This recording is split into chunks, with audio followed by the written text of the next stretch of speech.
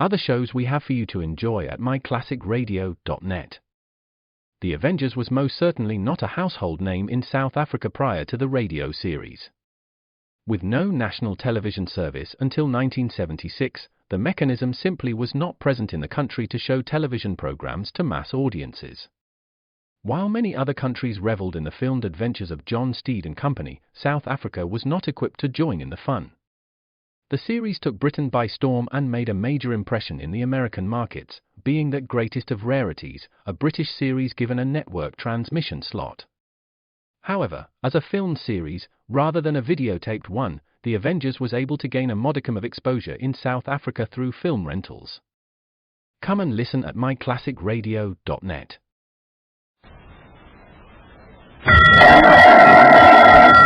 Calling all detectives.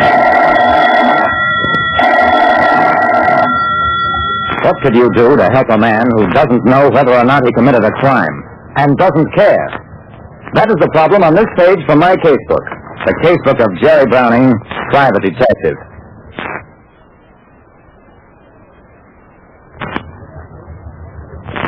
Sometimes a private detective like me, Jerry Browning, gets a case at the point where it's supposed to be all over. It was the trial of Vincent Harmon, charged with murdering his wife and disposing of a body. Witnesses had already testified that Harmon and his wife quarreled incessantly, that he'd threatened to leave her, that she'd said he'd never dare leave because of what she knew about him. Now the district attorney was trying to prove the corpus delicti. Corpus delicti doesn't mean the body of the victim, as some people think. It means the fact of the crime. In the absence of a body, as in this case, the DA had to prove that a crime was actually committed. He proved it through Professor Jenkins, an expert on blood types. The poker had stains on it, which I analyzed and which are blood stains. The blood matches for type the blood type of Mrs. Harmon as contained in a hospital record of a transfusion she received 5 years ago. Vincent Harmon did not take the stand in his own defense. His attorney claimed that corpus delicti had not been proved, that Mrs. Harmon was someplace presumably alive. A few hours later, we, the jury, find the defendant guilty of murder in the first degree.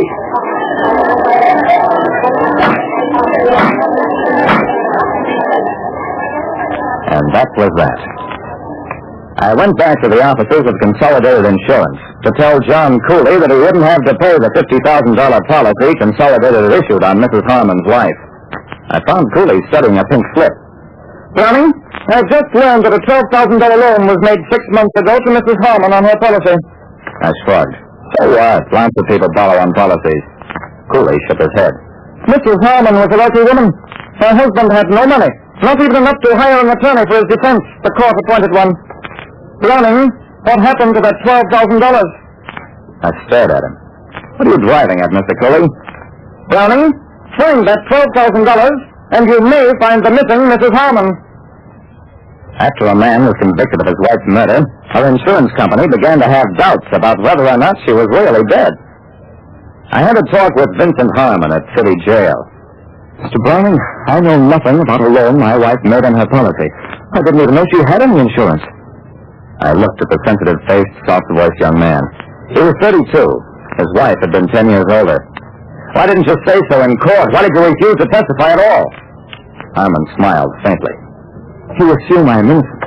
This sovereign state thinks otherwise. Maybe you were wrong and the state is right. All right, Harmon, you've been convicted. You can't do yourself any more harm. Did you kill your wife? Mr. Browning, I don't know. And I don't much care. If it were up to me, I might have dropped the whole thing then and there. Except that Cooley's instructions were, Browning, don't come back until you found that $12,000 or Mrs. Harmon. I know an order when I hear one. I'd received permission to make a search of the Harmon house, and that's what I did next. It was a big, expensive house on about a half-acre of ground. The grounds had once been landscaped. Now they looked shell-torn after weeks of digging for a body that wasn't there. I went over that house from attic to cellar. Found absolutely nothing. In Harmon's room, there were some regimental trophies. A bureau drawer, a couple of medals, including a Purple Heart. I left the medals, walked to the window, gazed out again at the shell-torn garden. Medals, Shell torn. Shelling. Shell shock. Shell shock. Shell shock. That could be it.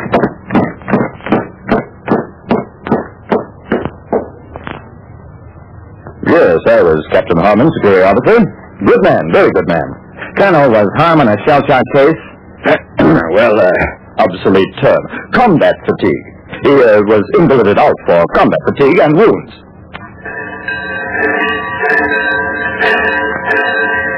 I got to Harmon again just as he was being taken aboard train for transfer to state prison. Harmon, you've got to talk fast and honest. You have periods of amnesia. You don't know what you're doing. Is that right? Harmon bowed his head. And you were ashamed to admit that, even though you got it fighting for your country. Isn't that why your wife said you'd never leave her? Because you were afraid to trust yourself alone? Harmon's lips twisted in agony. Leave me alone. I'm better off dead.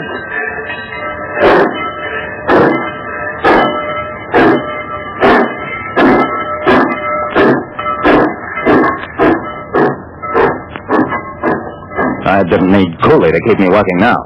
What I did was, Your Honor, in view of all this evidence, record of head injury, signed statements from his commanding officer and the Surgeon General, I submit that Vincent Harmon, even if he did commit that murder, is not mentally responsible, belongs in a hospital, not the death house. I agree, Mr. Browning. Examinations are necessary, but I think you may rest assured that the transfer will be made. And Mr. Browning, the court thanks you.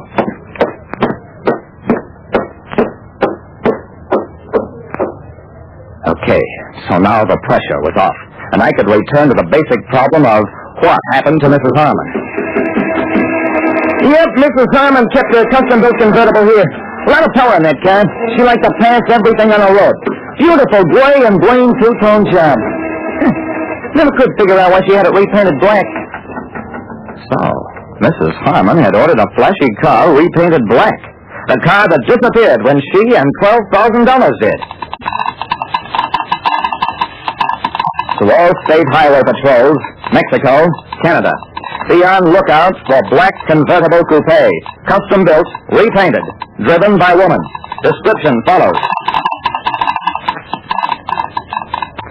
I had the thing pretty well figured out. That Mrs. Harmon planned and executed a phony murder, and with the $12,000 meant to hide out in some inaccessible spot, return after her husband was executed, claimed she'd heard nothing about the trial. Well, with Harmon now in a hospital, she'd have a long, long wait.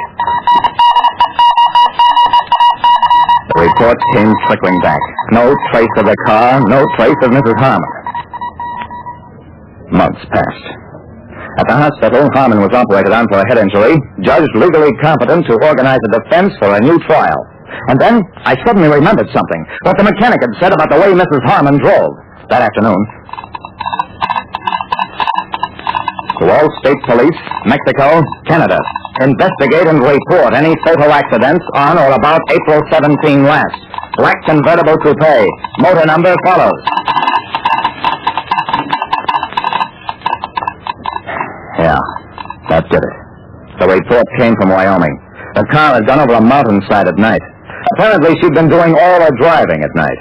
There wasn't enough left of car or occupant to tell motor numbers or much of anything, except that it was a black convertible driven by a woman.